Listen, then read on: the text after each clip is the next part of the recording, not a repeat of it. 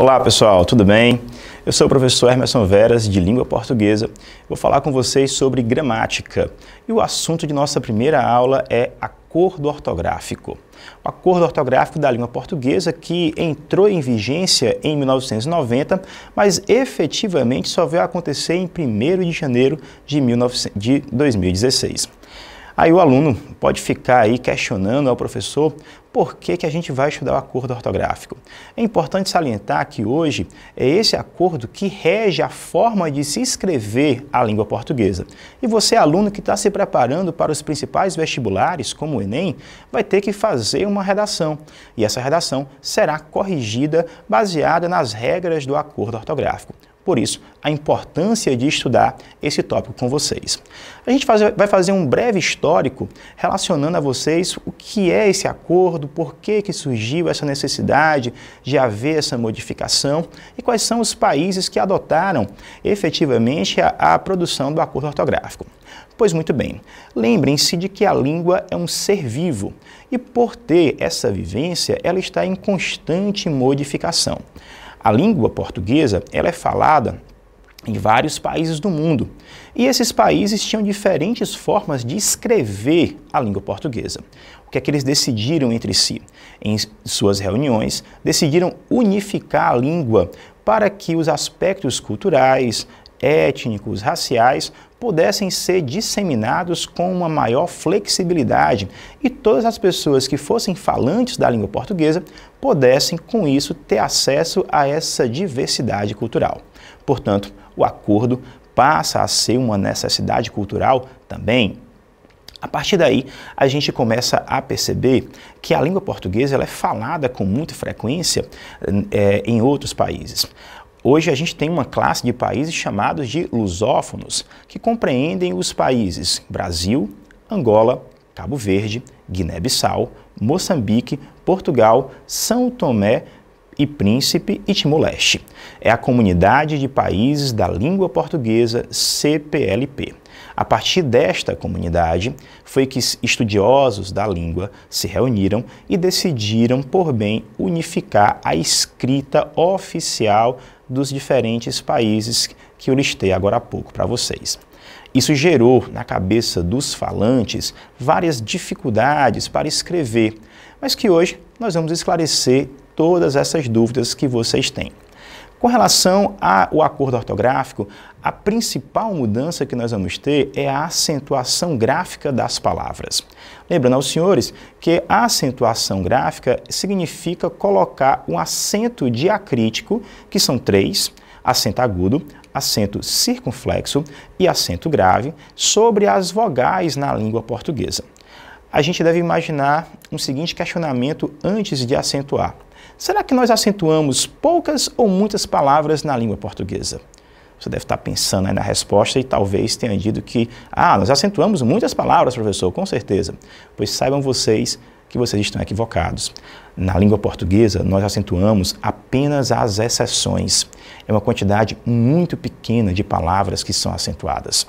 E com o acordo ortográfico, essa quantidade de palavras diminuiu ainda mais. Ou seja, ficou mais fácil escrever agora com o acordo ortográfico, ao contrário do que muitos alunos pensam. Para que a gente possa então entender esse acordo, a gente vai falar de 8 regras específicas relacionadas à acentuação gráfica. Tudo bem? Vamos então aqui colocar alguns slides para que vocês possam visualizar as regras, a forma de usar a regra e exemplos para que fique bem ilustrado e de modo bem didático você possa esclarecer todas as suas dúvidas. Observe que no primeiro slide nós temos como primeiro caso o uso do trema. A situação para o uso do trema é: com as palavras que são de origem de língua portuguesa, não se utiliza mais esse trema.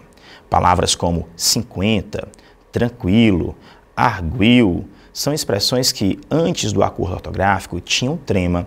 O que era o trema, professor? Aqueles 2 pontinhos que você colocava lá em cima da letra U. Hoje, ela não existe mais. Mas ela não existe mais em palavras de origem portuguesa. Já em palavras de origem estrangeira, que não são de língua portuguesa, esse trema permanece. É o caso dos exemplos que eu coloquei para você. Miller, milleriano e beating. Como são palavras de origem estrangeira, o trema permanece. Tudo bem? Então a primeira regra é o uso do trema em palavras de origem portuguesa desaparece e apenas será utilizado em palavras estrangeiras. Vamos à segunda situação. A segunda situação é acento diferencial de palavras com a mesma grafia. A língua portuguesa, ela apresenta para a gente um grupo de palavras chamadas de homônimas. São palavras que têm ou o mesmo som, ou a mesma grafia, ou o mesmo som e a mesma grafia.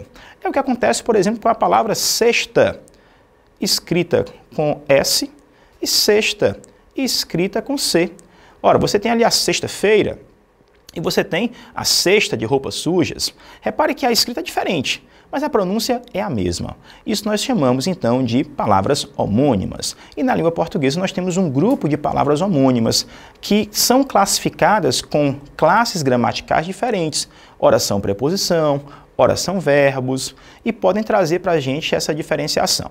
Pois olha só o que acontece, então, com o acordo ortográfico dessas palavras.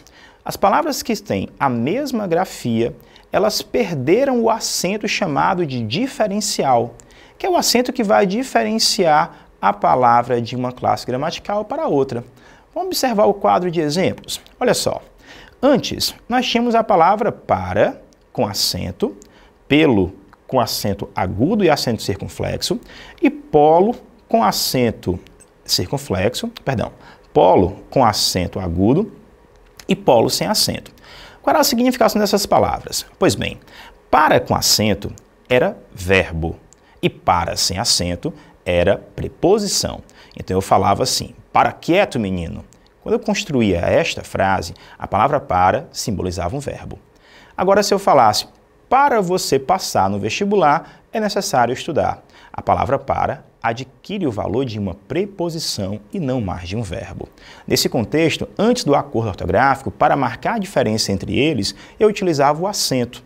O verbo tinha um acento e a preposição não tinha um acento. Depois, com o surgimento do acordo ortográfico em vigor, nós não utilizaremos mais esse acento, nem para a preposição, nem para o verbo. Professor, eu nem sabia que existia o acento nesse para. Pois bem, você está já sendo inovador, pois você já praticava o acordo antes mesmo de acontecer. Tudo bem? Vamos observar então outras palavras. Eu tenho a palavra pelo, que seria o pelo do gato. Eu tenho a forma verbal pelo, um exemplo de eu pelo o porco. E eu tenho a preposição pelo, quando eu digo que eu vou pelo caminho diferente. Essas palavras recebiam acentos para poder se diferenciar. Hoje, não recebem mais esses acentos e permanecem escritas apenas de uma forma, sem acento. Professor, mas como é que eu vou diferenciar essas palavras? Como é que eu vou fazer para identificar o que é preposição, o que é substantivo, o que é verbo? O contexto da frase é que vai determinar esta situação. Observe um exemplo. Ele para pensar. Repare que as palavras para se repetem logo em sequência. Mas quando eu digo ele para pensar, a primeira forma, para, é verbo, e a segunda forma é uma preposição, pois o contexto assim determina. E as duas, obviamente, com o acordo ortográfico, não serão mais acentuadas. Tudo bem? Vamos então passar agora para a nossa terceira situação. A terceira situação que nós temos, pessoal, envolve aqui uma variação com relação a palavras que são escritas com a mesma forma, mas que permanecem com acento diferencial. Esse grupo de palavras serão os verbos. Há formas verbais que têm a mesma escrita e para diferenciar o singular do plural, tem-se acento, ou para diferenciar a forma de presente e passado, também recebe acento. É o que acontece com as formas verbais vem, tem e derivados. Quando eu digo vem sem acento, é a forma verbal singular. Quando eu digo vem com acento circunflexo, é a forma verbal plural. Então, em uma frase, eu digo assim, o pai tem responsabilidade de cuidar do filho. Nesse caso, tem, não tem acento. Mas se eu colocasse os pais têm responsabilidade de cuidar dos filhos, então agora a forma verbal tem deveria ter acento. Cuidado para não confundir. Não existe a expressão tem com dois S. Essa forma verbal não existe. Existe a forma verbal vem com dois S, que eu digo vem, que é do verbo ver, mas ele é diferente de vem, que é eu venho de Sobral. E a outra coisa é eu falar eles vêm de Sobral. Quando eu digo eu venho de Sobral, eu me desloquei de Sobral até Fortaleza. E quando eu digo eles vêm de Sobral, eles estão em Sobral vendo alguma coisa. Então, cuidado para não confundir isso. Um detalhe relevante, pessoal, é que a forma verbal por, ela permanece com acento diferencial. Por é o verbo que você troca pela palavra colocar. E por sem acento passa a ser a preposição que você troca pela palavra pelo. Então vamos dar um exemplo para ficar mais claro. Quando eu digo vou pôr o carimbo no passaporte, eu estou diante aí de um verbo, porque eu vou colocar o carimbo no passaporte. Por isso eu devo acentuar a palavra por. Mas quando eu digo hoje vou por outro caminho, eu estou dizendo a mesma coisa que hoje vou pelo caminho diferente. E aí é uma preposição e nesse caso ele não recebe acento. Tudo bem? Com relação aos derivados dos verbos, das formas verbais vem e das formas verbais tem. Eu tenho o contém, por exemplo, que aparece com acento circunflexo e acento agudo. Professor, eu nunca entendi essa relação. O que seria essa diferença? O que é o acento circunflexo no verbo e o que é o acento agudo no verbo? O acento agudo na forma contém simboliza singular, enquanto o acento circunflexo simboliza o plural. Isso vai valer para todos os derivados das formas verbais tem e vem. E por fim, ainda com relação ao verbo pôr, a gente vai observar que eu tenho duas formas. Eu tenho a forma pode, presente, e tenho a forma pôde, passado. Então, ontem ele pôde sair de casa, acento, porque é uma forma passada. Mas hoje ele não pode, por isso que não tem acento. Tudo bem?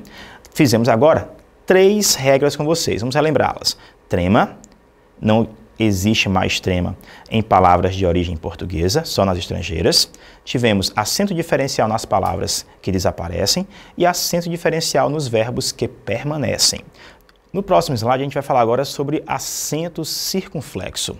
Acento circunflexo com vogais dobradas. O que seria esse acento circunflexo com vogais dobradas? Existem formas na língua portuguesa em que o ele aparece 2 vezes na palavra, ou então o O aparece 2 vezes na palavra. Vamos entender. A forma verbal deem tem 2 Es, ou então enjoo tem 2 Os. O que acontece? Antes do acordo ortográfico, essas palavras recebiam acento circunflexo logo na primeira vogal.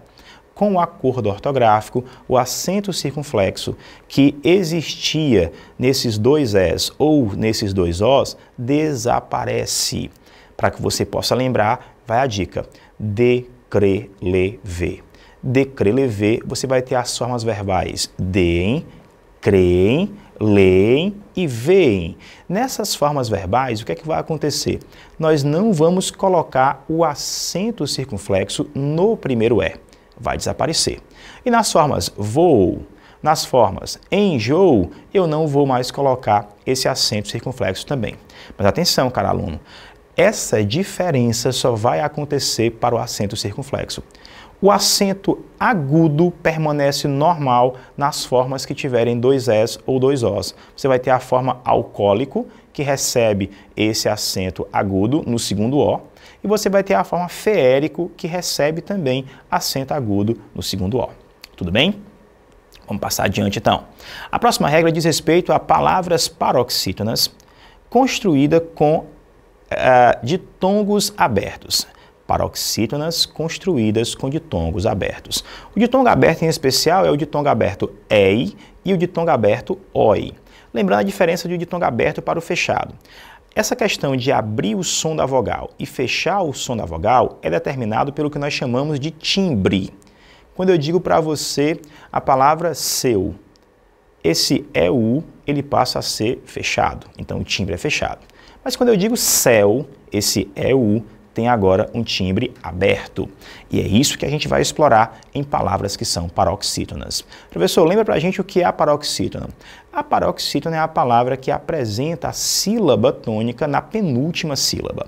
Se essa sílaba tônica for a penúltima e ela for grafada com um ditongo aberto, como nos exemplos da palavra ideia, heróica, assembleia, você passa a ter, então, uma palavra que vai deixar de ter acento.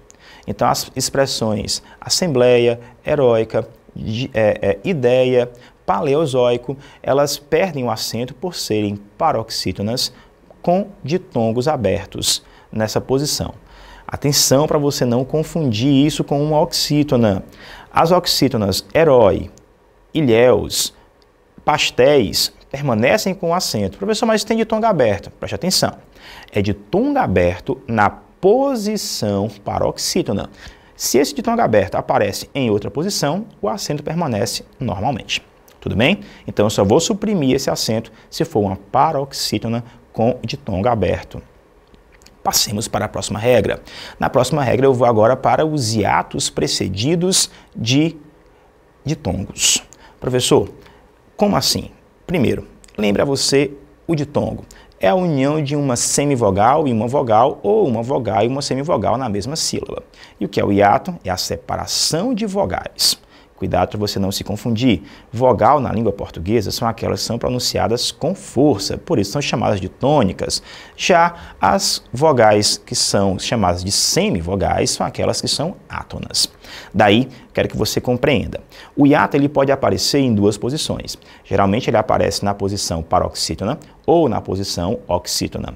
Se for um hiato precedido de ditongo na posição paroxítona, esse acento desaparece nas letras U e letras I, que é o que acontece, por exemplo, com o exemplo que você está vendo aí na palavra baiuca. Corta a expressão exemplo, por exemplo. É o que aparece no exemplo da palavra baiuca, que retinha o acento e hoje ela perde este acento. Baiuca quer dizer bodega, seria mais ou menos ali uma venda. Feiura também atende a essa mesma regra. Professor, mas eu percebo que a palavra Piauí, ela tem isto. Eu percebo que lá no finalzinho, o I, que é um hiato, ele está precedido de um ditongo. É uma excelente observação. Só que você acabou não atentando para outro detalhe. Nós percebemos que esse I final simboliza um hiato de posição oxítona e a regra diz respeito à mudança apenas das paroxítonas precedidas de ditongos. Por isso, a palavra Piauí, a palavra Tuiuiu não perde o acento. Tudo bem? Pois bem, agora a gente chega à fase de exercícios. Vamos então observar se o que a gente falou para vocês ficou de fato fixado na sua cabeça. E aí a gente pode testar por meio de uma questão. Vamos avaliar, vou fazer a leitura aqui para vocês dessa tirinha. Ele diz para a gente o seguinte: observe e leia a tira abaixo. No primeiro quadro, você tem a palavra farmácia escrita com PH, a palavra gosto com acento e um box que aparece há muito tempo. Se você puder perceber nos elementos icônicos, que são os desenhos, repare que a forma de vestir do indivíduo é uma forma de outra época. Repare que a forma de escrever também, com a caneta tinteiro, é também referente à ideia de passado. Eu saio da primeira cena para a segunda e percebo que as palavras farmácia e gosto, elas são escritas de forma diferente. Agora, farmácia já não tem mais PH, e gosto já não tem mais acento. O box aparece em seguida dizendo que o tempo foi transcorrido. Aparece assim, algum tempo depois. Repara que eu já tenho um indivíduo que está mais jovial, que está mais moderno. E na terceira e última cena, nós temos a palavra tranquilo, em que foi suprimido o trema, e a palavra voo, em que o acento circunflexo desaparece. Isso quer dizer que esse jovem, ele está utilizando o acordo ortográfico. Pois muito bem, vejamos então essas três cenas e olha o que o enunciado da questão cobra da gente. Ao avaliar os aspectos cronológicos e linguísticos constituintes da tira, infere-se que o novo acordo ortográfico da língua portuguesa. Preste atenção, ele quer que você avalie os elementos cronológicos, ou seja, o passar dos anos, e os aspectos linguísticos, as formas de escrever essas palavras. O que é que eu posso, então, inferir com isso? O que é que eu posso concluir com isso? Vejamos as alternativas. A alternativa A diz assim para a gente: apresenta fatores socioculturais que determinam a fala dos diferentes indivíduos. O item, pessoal, está inadequado, pois o acordo ortográfico não altera a fala Portanto, está errado o item A, porque ele diz que a fala seria alterada. E como eu bem falei no começo da aula, apenas um modo de escrever é modificado. A letra B diz para a gente o seguinte: provoca nos jovens ansiedade e dificuldade quanto ao domínio escrito da língua. Como eu falei há pouco para vocês também no início da aula, esse item está errado, pois o acordo ortográfico ele vem facilitar a maneira de escrever das pessoas. Item C de casa diz para a gente o seguinte: comprova a ideia de que a língua sofre constantes variações. Ora, no começo da aula eu falei a vocês que a língua era um ser vivo, e por ser um ser vivo ela estava condicionada a variações. O acordo ortográfico é um tipo de variação, chamado de variação histórica, porque ele evolui com o passar dos anos. Portanto, o item C, não tenha dúvida, é o nosso item correto. Professor, mas por que os itens D e E estão errados? Vamos avaliá-los.